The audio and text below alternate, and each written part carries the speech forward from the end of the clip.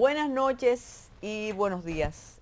A veces es bueno tener mucho tiempo para ver realizado algo que uno dice, algo que uno hace, ¿verdad? Como las predicciones meteorológicas también. Así es. Tú dices, mañana va a llover y la temperatura va a estar en 32 y la sensación térmica en 40. Entonces cuando tú lo ves, tú dices, ah, pero es verdad que el meteorólogo o la meteoróloga tenía razón. Manuel Núñez está hablando sobre la situación dominico-haitiana y sobre todo haitiano-dominicana desde hace quizás 20 años, Manuel, ¿verdad? Sí, más o menos.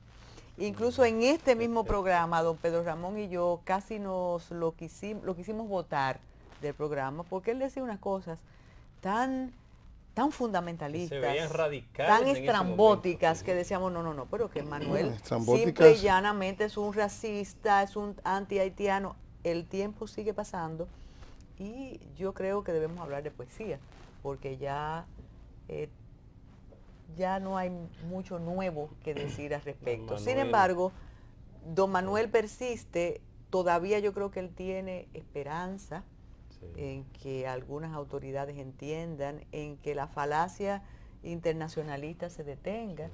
Y el momento es propicio después de la decisión del presidente de la República, Danilo Medina Sánchez, cuando dijo con mucha donosura, mucha elegancia y mucha firmeza, no, este problema no es mío. Sí. Hoy tendremos tiempo para hablar con Manuel Núñez acerca de lo mismo y de que mientras hablamos el mar está entrando. Y ese es el problema. Adelante. Yo quería señalar, doctora, y lo quiero decir ante la República Dominicana y el mundo, aquí en Metrópolis, que yo he querido bautizar al doctor Manuel Núñez como el Churchill dominicano, Winston Churchill, que advirtió, miren lo que está pero sucediendo. Mira, yo no me había combinado con miren Alemania, miren lo que nadie le hacía caso a Churchill hasta que vieron la situación.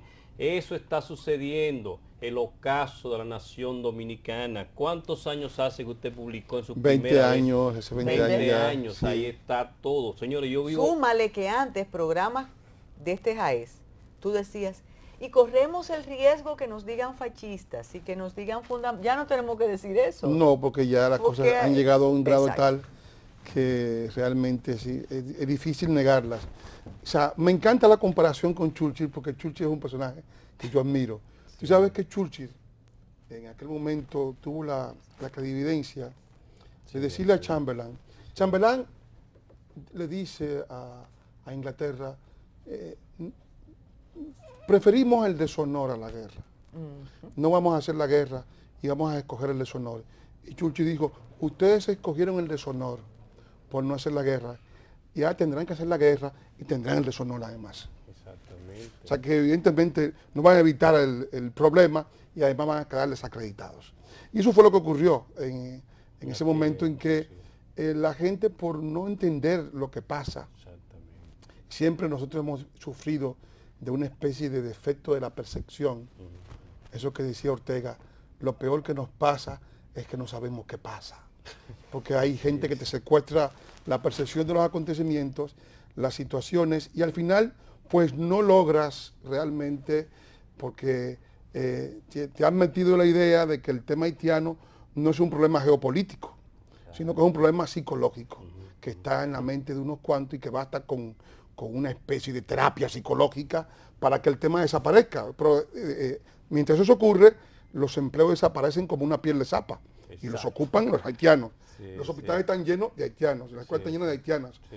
Y claro, y todo eso se va acumulando, pero 2 o 3 se ha inventado que es un problema de prejuicio psicológico, que lo que hay es que quitar el prejuicio y que cuando desaparezca el prejuicio, la forma de ver las cosas que tú tienes, las dejarás de ver. Pero por Dios, yo estoy viendo con mis ojos lo que está ocurriendo. Decir, entonces, claro, todo esto, cada vez que uno decía, bueno, pero es que el hecho de que los yacimientos de empleos se estén agotando en la agricultura, de que, como dice la ONLAP, el Observatorio del Ministerio de Trabajo, prácticamente el 70% de la agricultura ya está en manos de esta mano de obra, que el hecho de que el Ministerio de Salud Pública dijo que gastaron 3.000 millones de pesos en esta población que el país no puede gastar porque es casi el 30% de su presupuesto. Y claro, estamos hablando por lo bajo porque es mucho más. Sí, porque hay mucho más, claro. muchos datos que no están consignados allí. Sí. De que cada 12 minutos nace un haitiano, nacieron 48.000 el año pasado, en 2012. Y la cifra es que cada 12 nace uno en República Dominicana y que las ONG aprovechan para tratar de romper la frontera jurídica. Todo eso, si tú dices eso, pues eres un adepto del trujillismo, eres un adepto de Hitler, te acabas de apiar del carro de Hitler. Sí, esa especie de continua descalificación de gente que siempre tiene el argumento ad hominem, el argumento ad baculum, el argumento ad misericordiam para tratar de desacreditar lo que tú dices y no enfrentar las cosas con los datos que están ahí, la realidad, pues evidentemente es una situación que provoca risa y que al final, pues, nos veremos todas las caras al final. Manuel, hay una expresión en el Cibao que dice, le cogió lo tarde. Eso dicen, Sí. con un Es que arreglo ahora es demasiado sintáctico evidente, bien o sea, extraño, pero dice le cogió lo tarde. Sí. Con todos esos argumentos y esas excusas que menciona, es evidente que hubo cierto prurito para enfrentar el tema y a veces obviábamos el mismo, porque no, Sí. ¿quién quiere que lo señalen de fundamentalista, de anti algo? Sí, Pero sí. la verdad es que sobre todo ahora hay un enfoque ineludible.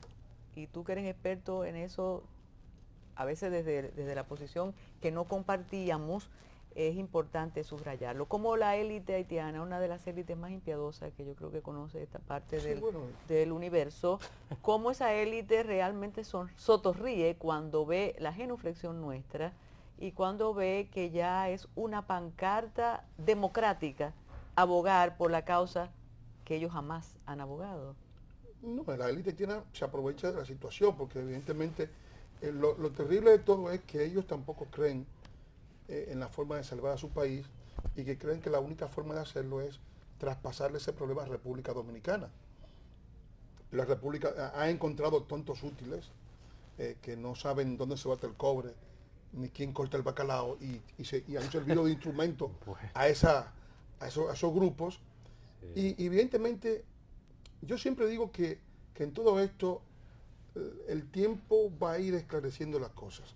Cuando uno decía que había países, que había potencias internacionales que estaban interesadas en tratar de endirgarnos a nosotros ese problema con todo ese faldo de situaciones totalmente sin solución inmediata, porque estamos hablando de un país que tiene un 1% de tierra útil para la agricultura, que tiene el más alto desempleo, que no tiene industria, no tiene recursos naturales, es el país más pobre no tiene instituciones, es el país más pobre del continente, no tiene un polo de autoridad, está intervenido desde hace ya 11 años por fuerzas internacionales porque el país no es capaz de mantener su autoridad, es un país cuyas fuerzas políticas están desmigajadas, unos 160 partidos reconocidos, 50 candidatos a la presidencia, luego 20. Sí, es un país desestructurado, ¿no?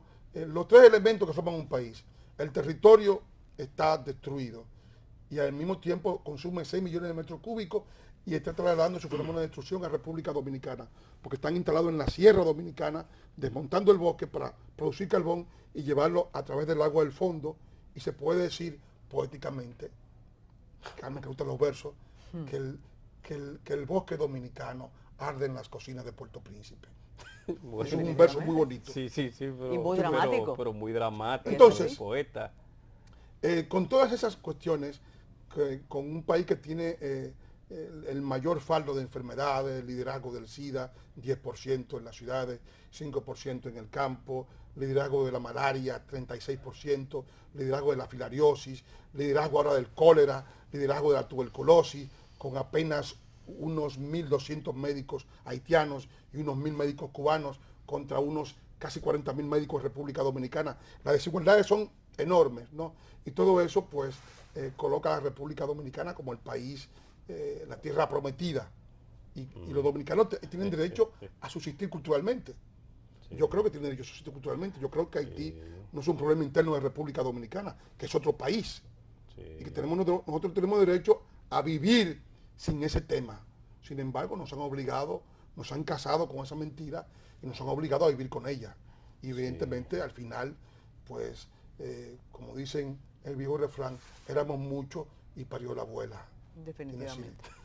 Sí. No, poeta, pero es que no solamente es que usted lo advirtió hace mucho tiempo, es que ya hoy ningún dominicano o dominicana sensata puede señalar a Manuel Núñez como un extremista, porque lo estamos viviendo.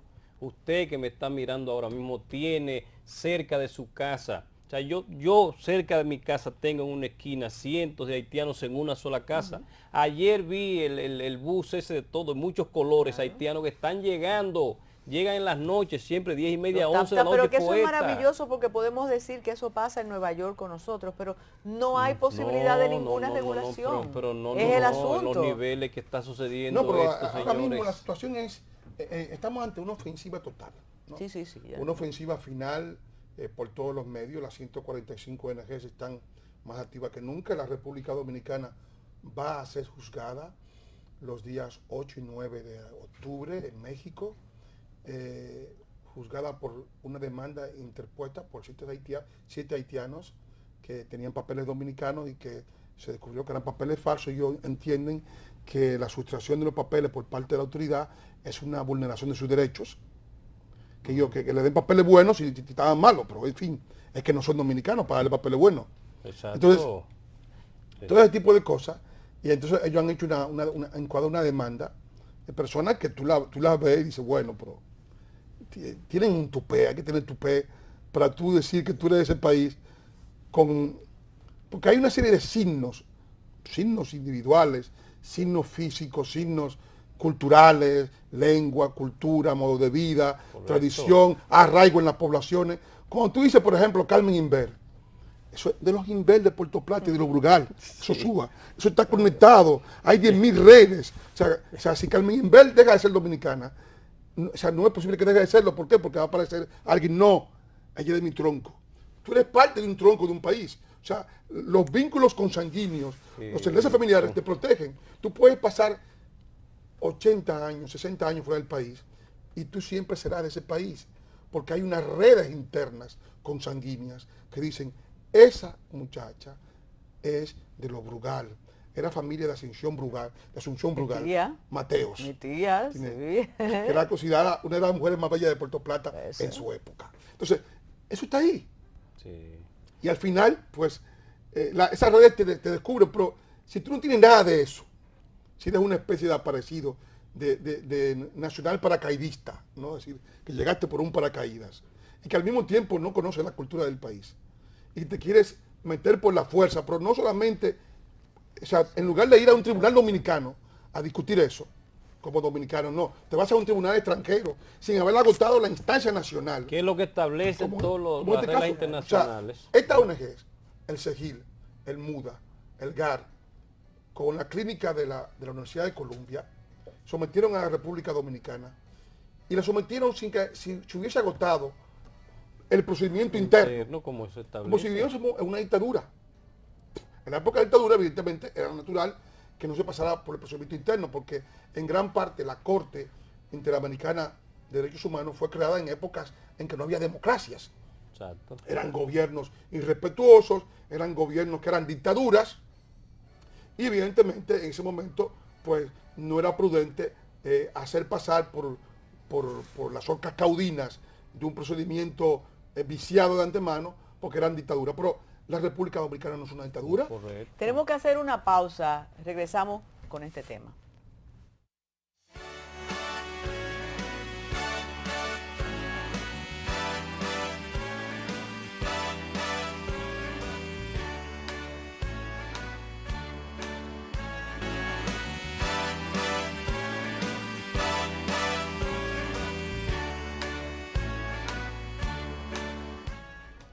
Manuel Núñez, con esta casi introducción que puede permitir todas las imputaciones a nosotros tres, y me voy a incluir, vamos a tratar de racionalizar el problema.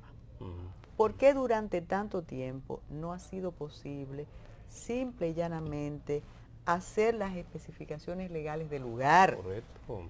Y regular y decir que hay una frontera y decir quién puede pasar y quién no puede pasar, quién invierte allá y quién invierte aquí. ¿Y quién está aquí en cuáles Y condiciones? exacto, ¿qué es lo que pasa, Manuel Núñez? Es que de verdad desde arriba se ve esto como una sola isla, una sola nación, y entonces vamos a abrir la frontera, Manuel, y ya no tenemos desvelos. ¿O será necesario, poeta, ahí mismo, que como hubo un protocolo de revisión en el 36, haya otro protocolo de revisión para aclararle que las fronteras están ahí y que de un lado al occidente está Haití y al oriente la República Dominicana? Las fronteras nunca han existido para los haitianos. O sea, ellos nunca han tenido noción de frontera con relación a República Dominicana. Y de hecho la propia historia haitiana, que la que se enseña en las escuelas, dice como que Colón llegó a Haití, Colón no llegó a la Española. Y estamos hablando de que Haití, lo que llaman Sandomangue, que da origen a Haití, comenzó a existir a partir de Risuí, a partir del siglo XVII, casi entrando en el XVIII. Haití prácticamente es un fenómeno del siglo XVIII. En 1300 había 13.000 habitantes en Sandomangue, o sea, en lo que hoy es Haití. 13.000 habitantes, o sea, es un fenómeno del siglo XVIII, esencialmente. Exacto. Y nosotros somos un fenómeno de finales del siglo XV. Exacto. Es decir, ahí empezamos. Entonces, tenemos 2 siglos prácticamente de anterioridad. Como isla completa, aquello era el Guarico, la Verapaz, que es Puerto Príncipe, Santa María del Mar, que era al norte, toda la zona de La Yaguana, que hoy es Leogarne, Guanaíves, que ahora es Gonaíve, pero ustedes ven en la casa que dice Guanaíve, con H, porque es un nombre indígena, no es un nombre francés, aunque parezca francés decir Gonaíve. Entonces, todo eso, la isla fue totalmente española desde 1492 a 1697. Entonces, Sandomangue es el fenómeno de la colonia francesa. Entonces, los haitianos le enseñan a su población, erróneamente, de que Colón no llegó a la española, sino que Colón llegó a Haití y se encontró con los haitianos indios, y luego vinieron los haitianos negros, y que en esta parte vino un grupito de extranjeros, que somos los dominicanos, que hemos usurpado la mejor parte de la isla. Una cosa totalmente mítica, totalmente insólita. Cuando tú dices eso, ahí viene otro problema. ¿Tenemos nosotros un sentimiento de culpa frente al problema haitiano? ¿Por qué? Porque tú dices, y ellos siguen entrando y siguen apropiándose, como tú dices, pero ¿por qué nunca hemos actuado? Yo creo que los dominicanos... Digo, 37 aparte, espérate. Sí, no vamos a negar eso, por Dios. Yo creo que a nosotros nos han martirizado la conciencia con una serie de culpabilidades creadas por la izquierda que creía tener el monopolio del corazón, y el único monopolio que tenía el monopolio de la perversidad. Y nos han creado toda una serie de mala conciencia con todo esto, y han utilizado esa mala conciencia para tratar de producir una derrota psicológica en los dominicanos, de secuestrar la posibilidad de que haya un punto de vista nacional sobre el tema, porque Haití, en realidad, Haití no es un problema interno de República Dominicana. Si se ve bien, tenemos con Haití tantas obligaciones como tenemos con Burkina Faso. Claro. Sí, o sea, ninguna. O sea, que es otro país, ustedes tienen su propia situación. Sin embargo, se nos han ido enredando las cosas, se nos ha ido manipulando. Los propios haitianos y los dominicanos que les sirven de tontos útiles han ido tratando de fomentar la idea, y hemos llegado a esa especie de situación de síndrome de Estocolmo, y al mismo tiempo de horror por lo que puede pasar, porque la República Dominicana es un equilibrio. O sea, y estamos en riesgo de perder la independencia nacional, que fue de Haití justamente. Pero eso tú le preguntas a los muchachos en los exámenes o lo preguntan en historia, y eso no se dice aquí. No, hay como una especie de trauma y de silencio. Porque hubo una historiografía, eso es humillante también. Hubo una historiografía que idealizó la dominación haitiana, diciendo que habían fomentado una reforma agraria, total, que eso es mentira, ¿no? Fue un despotismo de la pobre especie. Pero entonces, la República Dominicana, tal como tal, es un equilibrio. Porque nosotros nos independizamos y quedamos encerrados en el mismo territorio con Haití. Entonces, para que se mantenga la independencia, debe mantenerse el equilibrio, porque el territorio es el mismo, es una isla. tenemos una frontera intrainsular. Somos de los poquísimos países del mundo que tenemos una frontera intrainsular. Entonces, debe haber un equilibrio de las poblaciones, un equilibrio de la cultura, un equilibrio de las economías. Si se rompe ese equilibrio, volvemos a un estadio anterior al 1844. Pero Manuel, vamos al Poeta, equilibrio. quisiera, Nosotros sí. hablamos de la culpabilidad dominicana, de que nosotros somos Bueno. el país receptor. ¿Qué piensan del otro lado? Porque nunca hemos escuchado cualquier representante Nosotros- del Estado haitiano asumiendo la problemática haitiana. Tenemos que ser nosotros. Si lees Le Noveliste, por cierto, que debía Sí. traducirse todos los días para que lo leyéramos nosotros, sabe lo que ellos piensan de nosotros realmente. Yo lo leo todos los días, yo sé lo que Entonces, ellos eso piensan. importante Ellos, que es. ellos piensan que somos nosotros los responsables de su problema. Exactamente. Porque entre los haitianos, como es un país que ha vivido de la ayuda internacional, se ha aposentado una mentalidad de asistidos sociales. Todo el mundo está obligado a darle a ellos, ellos ordeñan la caridad cristiana en las esquinas, nos chantajean, porque mientras entre ellos la crueldad es normal, porque no es un país de trasfondo cristiano, pues entre nosotros hay toda una serie de culpabilidades, de situaciones terribles, y evidentemente esto ha llevado a que la República Dominicana tenga el perfil que tiene hoy. O sea, es como cuando tú tienes un vecino que le va mal. Entonces ese vecino se muda en tu casa y tú le prestas tu botiquín. O sea, la República Dominicana tiene sus hospitales abiertos, Sí, ¿dónde haciendo, nacen? haciendo más precaria la vida de los dominicanos pobres. Le da el empleo de tu chofer, lo pone de jardinero y él comienza a traer a su familia y luego tiene que darle los útiles escolares. Sí. Y llega un momento en que ese vecino ya está tan dentro de tu casa, que tú dices, mire vecino, yo he sido con usted el más solidario, porque ningún país ha sido más solidario con Haití que la República Dominicana, a pesar de que los haitianos son bien malagradecidos y no nos reconocen nunca. Y ya están Todos reclamando esos países que hablan de Haití no sienten el grajo del haitiano ni nada de eso, o sea que lo tienen bastante lejos, y son amores platónicos, o sea, realmente, no son amores reales. Nosotros somos los que tenemos que partir el pan para compartirlo con un vecino pobre.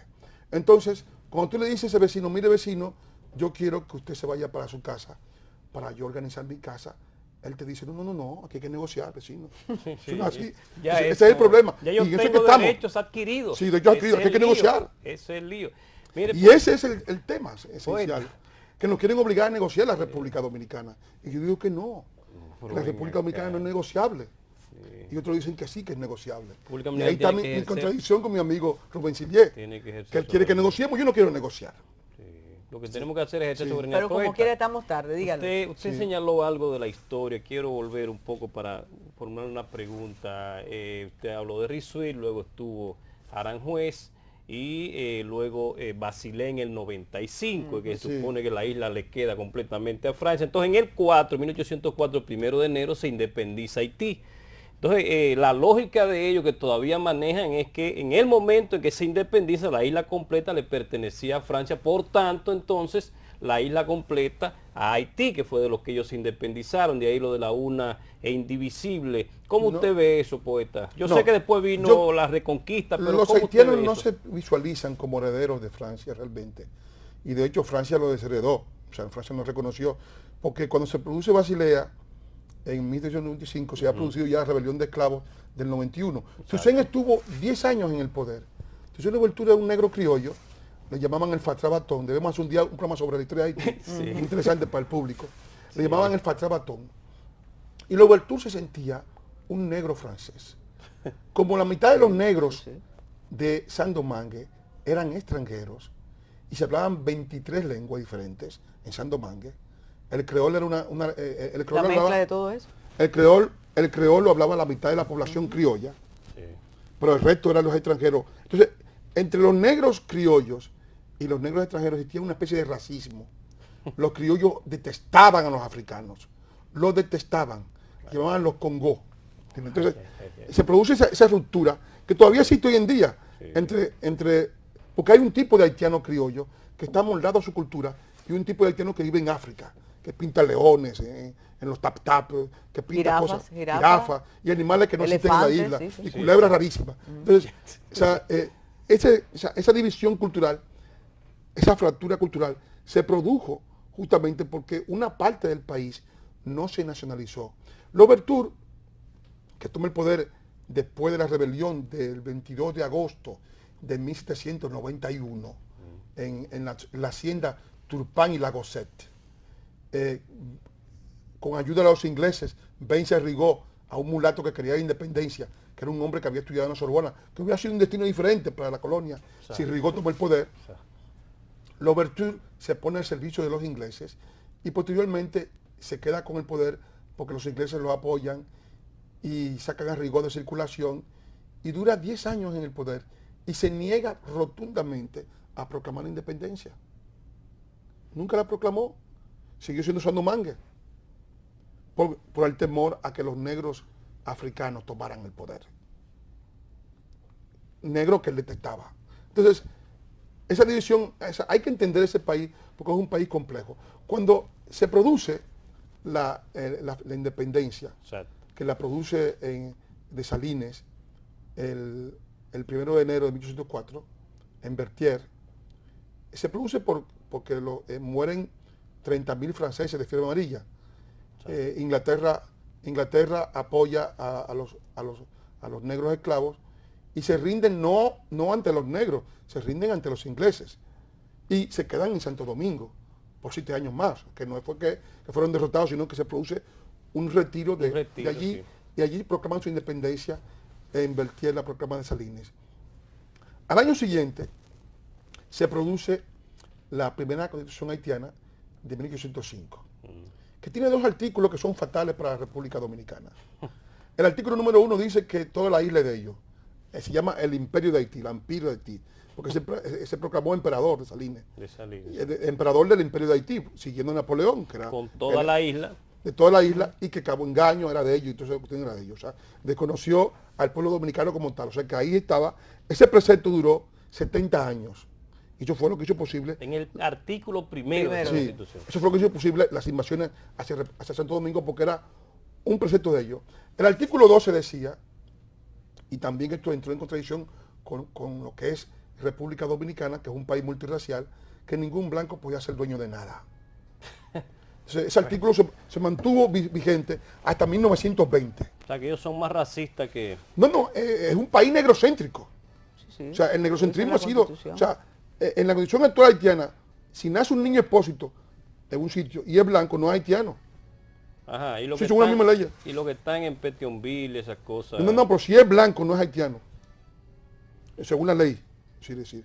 O sea que el negrocentrismo ha estado siempre presente. O sea, que no hay haitianos blancos, porque tú sabes que sí. La palabra blanco y extranjero en creol es la misma palabra. ¿Cuál es? Un blanco nunca va a ser nacional.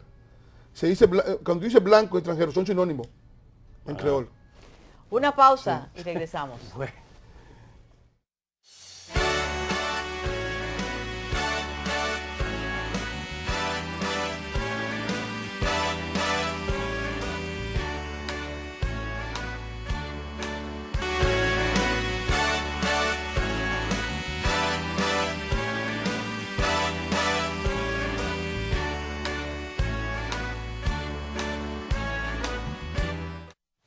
En República Dominicana ha llegado la hora de la educación. Nos encontramos frente a una oportunidad histórica. Esta es la propuesta del gobierno para mejorar la educación preuniversitaria.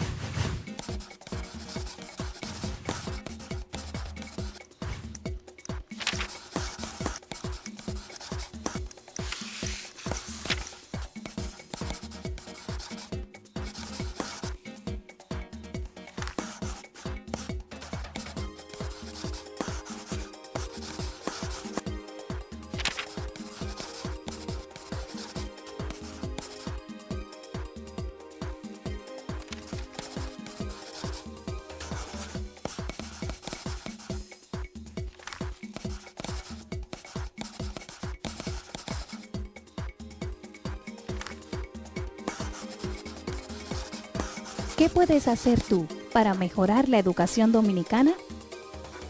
Súmate al debate y aporta tus ideas en www.pactoeducativo.do.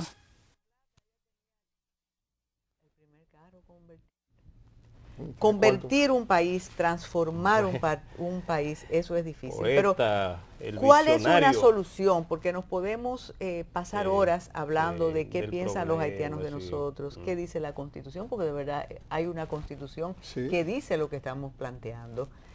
Cómo ven este país, cómo ven el territorio. Y yo insisto en esa élite que desde Canadá o desde París mira esto así, arriba, nubolón, como me dijo uno una vez, cuando le dije, ¿cómo tú puedes vivir sin tomar una decisión en tu país? Nosotros volamos, no hay problema. Manuel, existe una posibilidad de no enfrentar, porque enfrentar se oye bélico, pero de establecer las reglas para la convivencia pacífica, real y legal entre los dos pueblos. Yo creo que la única forma de que eso vendría sería con un movimiento nacional desde abajo. Yo no creo en las élites dominicanas, ni tampoco en los intelectuales inútiles que hemos tenido. Yo creo más bien que debe ser un movimiento del propio pueblo, porque el pueblo llano es el que será perjudicado con esta fractura social. Siendo perjudicado. Porque es el que pierde los empleos en la agricultura, en la construcción, en la bonería. Y que cuando tú le quitas al hombre de abajo, al dominicano de abajo, todas esas posibilidades, esos yacimientos de empleo que han sido totalmente desnacionalizados, ¿qué tú le dejas a ese dominicano? Le dejas como única opción la delincuencia, que ha crecido a grados increíbles, la prostitución, el juego, el narcotráfico y la inmigración ilegal hacia Puerto Rico. Y tú te fijas, por ejemplo, que el deseo de ocultar las cosas es tan grande entre los dominicanos de la élite, que se publica una agenda nacional de desarrollo y no aparece el tema haitiano por ningún lado. O sea, es un país donde el empleo está desnacionalizado y el empleo es la única forma de llegar al progreso del país. Que se publica una encuesta, la encuesta Gallup hoy que se publica, fíjate que en esa encuesta los problemas principales son la falta de oportunidades y la inseguridad, ¿verdad? Pero son problemas derivados. Derivados, así mismo. Derivados de otro problema anterior del cual no se habla, porque Sí. si no hay oportunidades, si están agotados los yacimientos de empleo, es por una razón, es porque alguien lo ha tomado, porque hoy en día la inversión pública ha llegado a grados increíbles. Cuando en la época de Balaguer se invertía en una gran avenida, pues tú veías que eso llegaba a los alveolos de la sociedad dominicana. Hoy en día se hacen inversiones mucho más cuantiosas que Higüey Aguacate en términos de cantidad y no se siente el peso. Ese dinero, hay como una especie de pompa, ¿no?, que succiona el dinero y lo lleva a Haití. Más de $1.000 millones por año. Tú no me has dicho la solución, yo voy a ser de abogada del diablo. Se han establecido estudios que dicen que la mayoría de los haitianos que residen aquí, que trabajan aquí, no les interesa quedarse en el país. Que ellos trabajan para mandar no su son dinero tanto, que ni y para siquiera llevar llegan su a 1 millón. dinero a sus familias. Y que no es verdad que existe ese número. Incluso aquí estuvo una representante de Naciones Unidas con unas cifras que de verdad nosotros dijimos, qué error la percepción, porque tú ves la calle llena de los compañeros y compañeras haitianas, pero este estudio dice que no es así. Bueno, entonces, ¿qué tú me dices? Yo creo que el estudio, ha habido un falseamiento por parte del estudio, porque estamos hablando de que, ¿quiénes son los que trabajan en el estudio, los elementales, los operativos del estudio? El Centro Bonó, el ACNUR, la misma ONG, son los propios, los encuestadores son ellos. Ellos fueron los que encuestaron ese estudio. Y de hecho, el agradecimiento de Sonia es al Centro Bonó y a ellos, a sus encuestadores. Entonces, un centro que está... Sonia Vázquez, cuyo objetivo básicamente del centro es promover la haitianización del país. Está en ¿por capacidad... qué quieren promover la haitianización del país? Por muchas razones, porque creen que le conviene a Haití. ¿Entiendes? Ellos han hecho su opción preferencial por los haitianos. Antes era opción preferencial por los pobres. ¿Entiendes? Ahora es por los haitianos. Y han hecho con eso causa común. Porque son sinónimos. Sí. Y entonces, evidentemente, eso es una situación totalmente, digamos, que esconde la verdad. Pero además, yo leí el estudio y voy a escribir sobre él. Leí la encuesta nacional de la ONU, porque ellos esconden datos. Por ejemplo, el dato de la cantidad de haitianos y el dato de la cantidad de, dicen ellos, de nacidos en República Dominicana. Entonces, cuando tú sumas los nacidos en República Dominicana, extranjeros nacidos en República Dominicana, Ahí están. los extranjeros no haitianos son 30.000. Están ahí, 38.000 haitianos, dicen. Y los haitianos son, los extranjeros nacidos en República Dominicana son 700.000 y pico. Es decir, Sí, que todo el haitiano que te diga a ti que nació aquí, porque además son mentirosos, como ellos solos, ya tú pones que nació aquí. ¿Tiene sí? Porque lo dice él. Sí. Y pronto lo puede demostrar con un papel. Él dice que nació aquí. Lo dice él. Pero eso es una cosa que tiene que demostrarse.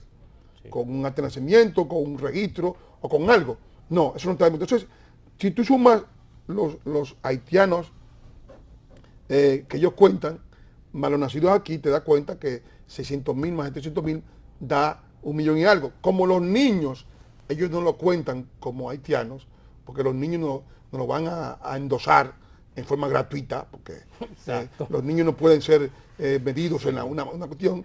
Pues los niños están también exceptuados ahí. Si le suman a los niños, también tendrá otra cantidad. Pero donde la encuesta da realmente en el golpe del dominicano, donde nos hiere profundamente, y en una parte que ellos no pueden ocultar, es sobre la proporción de haitianos según las provincias.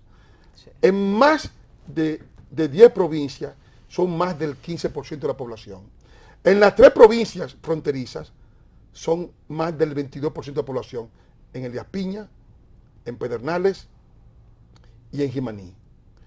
En Pedernales llegan a ser el 30%. En Elías Piña el 21% y en Jimaní el 22%. Está en el Entonces, estudio, eso es. El resto, hay 10 provincias que tienen el 10%, Sí. que también es altísimo. Pero claro. Entonces, y hay otras 7 provincias que tienen el 7%. O sea que, como tú ves, cuando tú ves por provincia te das cuenta que estamos ante un proceso de desnacionalización de la República Dominicana.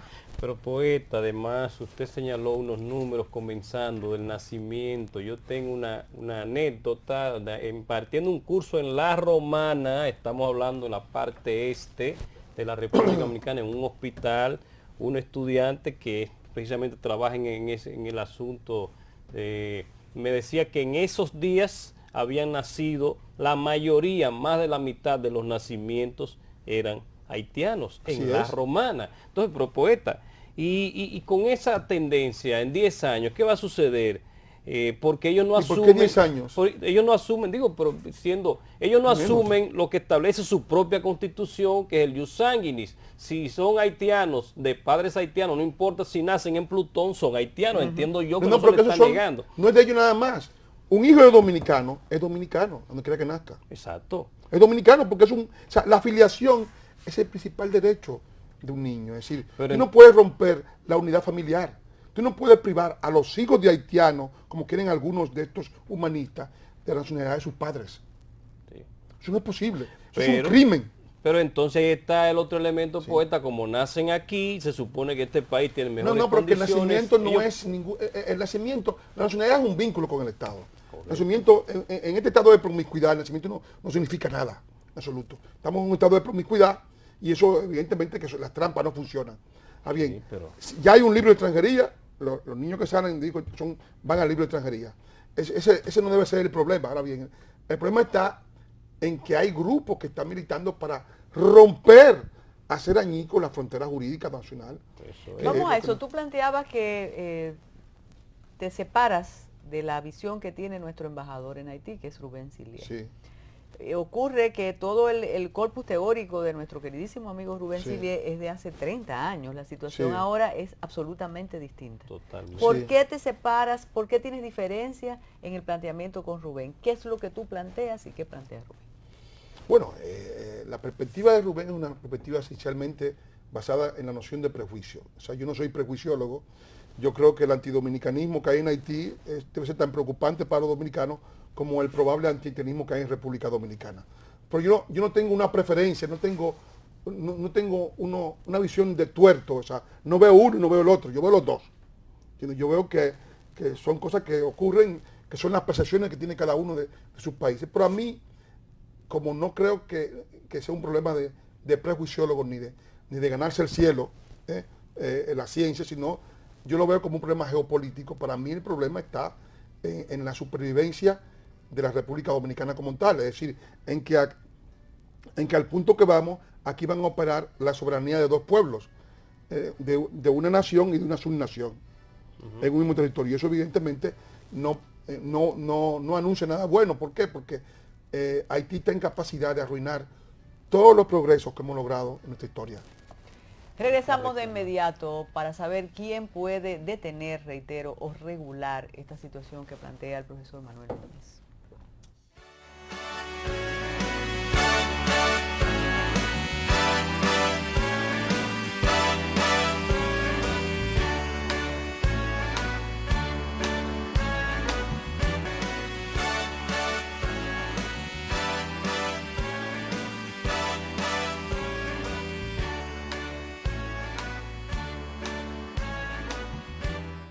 Nosotros nos dedicamos más lo que es la elaboración de vasijas. Yo elaboraba todas mis piezas en esta máquina manual. Gracias a Banca Solidaria y Promipyme puedo elaborar mi pieza en un torno eléctrico.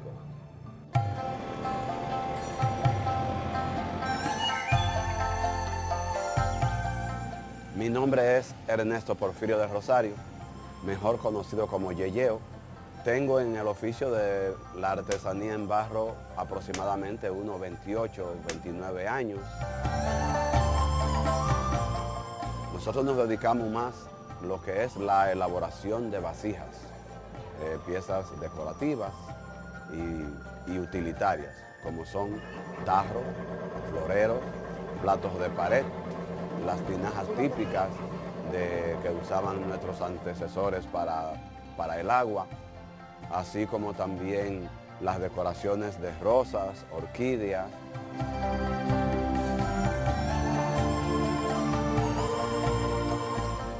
También me dedico a otros asuntos. Yo soy un dirigente deportivo, fui coordinador de los Juegos Nacionales que se celebrarán en nuestra provincia en el 2006. Yo soy estudiante de locución y conduzco un programa de música ranchera en la 107.5, la radio CTC de Peralvillo, y en la 107.1 en Los Botados.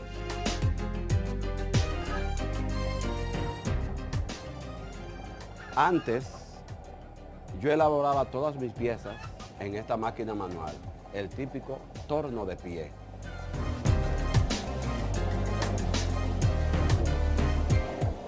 Ahora sale ese proyecto importantísimo de Banca Solidaria. Yo pude hacerme de ese horno eléctrico. El otro préstamo fue de 30,000 pesos. O sea que pude hacerme de un horno de gas, material gastable, entre otras cosas. Pero ¿cuál es lo más importante que yo puedo ver? Es que es a una tasa muy mínima. Es muy económico, que eso se ve que es con fin de ayudar a los microempresarios.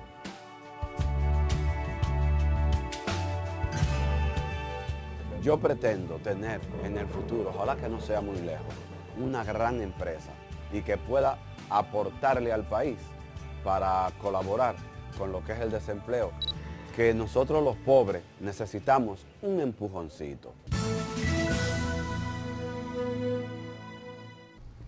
Mencionas el prejuicio, Manuel, y yo lo tengo aquí anotado.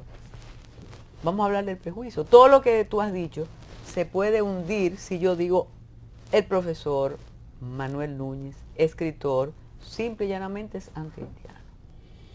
Yo creo que eso no tiene ninguna justificación. Primeramente, ¿qué es ser anti-haitiano? Para mí eso es una caja vacía, porque el problema es que el profesor, tu amigo profesor Franklin Franco, se creó como una especie de chantaje moral. Para no ser anti-haitiano hay que ponerse a promover la haitianización del país. Entonces, como yo no la voy a promover, yo voy a ser anti-haitiano, como lo fue Duarte, como lo fue Sánchez, como lo fue Mella. Y me siento mucho más cómodo siguiendo a Duarte que siguiendo a alguien que lo niega con su práctica. O sea que yo no veo anti-haitiano. ¿Qué significa eso? Yo no soy anti nada. Yo entiendo que a la República Dominicana no le conviene importar mano de obra extranjera para destruir la suya y descalabrar el país. Que no le conviene importar enfermos del país más insalubre del continente para hundir los hospitales. Sí. Y que tampoco le conviene importar niños para hacer más difícil la vida dominicana. O sea, que no le conviene tampoco importar depredadores para acabar con sus montañas. ¿Quién es responsable de esa importación? Somos todos los responsables. para Ellos también, porque ellos emigran, ellos violan nuestras fronteras. No es, Haití no es algo que se llame. La gente huye de allí, porque es una versión moderna del infierno. O sea, que no tenemos capacidad de controlar nuestra frontera, que usted dice, pues, pero ese fue el principio. La doctora le formuló la pregunta, pero ¿qué podemos hacer? Es verdad que usted lo advirtió hace 20 años, todo ¿Qué eso, podemos pero ya hacer? tenemos una realidad. ¿Qué podemos hacer? No podemos ejercer soberanía y plantear lo que hay que hacer. La soberanía dominicana está seriamente mermada porque en gran parte hemos puesto la soberanía jurídica en manos de una corte dirigida por esos izquierdistas que no creen en los estados ni creen en las naciones, y al final seremos condenados irremisiblemente, como hemos sido condenados ya por el caso de la niña Dircea Yang y Violeta Bocicó.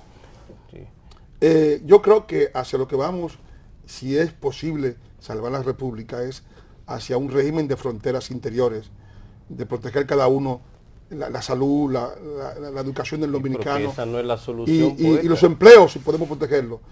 Sí, yo decía en mi artículo de hoy, decía que después de haber hecho la reflexión del artículo, no sé si lo leíste el artículo, hablaba de que yo me imaginaba en el cementerio, o sea, en esa otra República Dominicana de muertos ilustres, de mausoleos y de glorias nacionales, y que en ese cementerio oía la voz, para mí la voz más potente de ese siglo XIX, que es la voz de Salomé Ureña, mi admirada Salomé, que decía esos versos que decían: lucha, insiste, tus títulos reclama, que mientras sueño para ti una palma y al porvenir caminas, no más se oprimirá de angustia el alma, cuando contemple en la callada calma la majestad solemne de tus ruinas.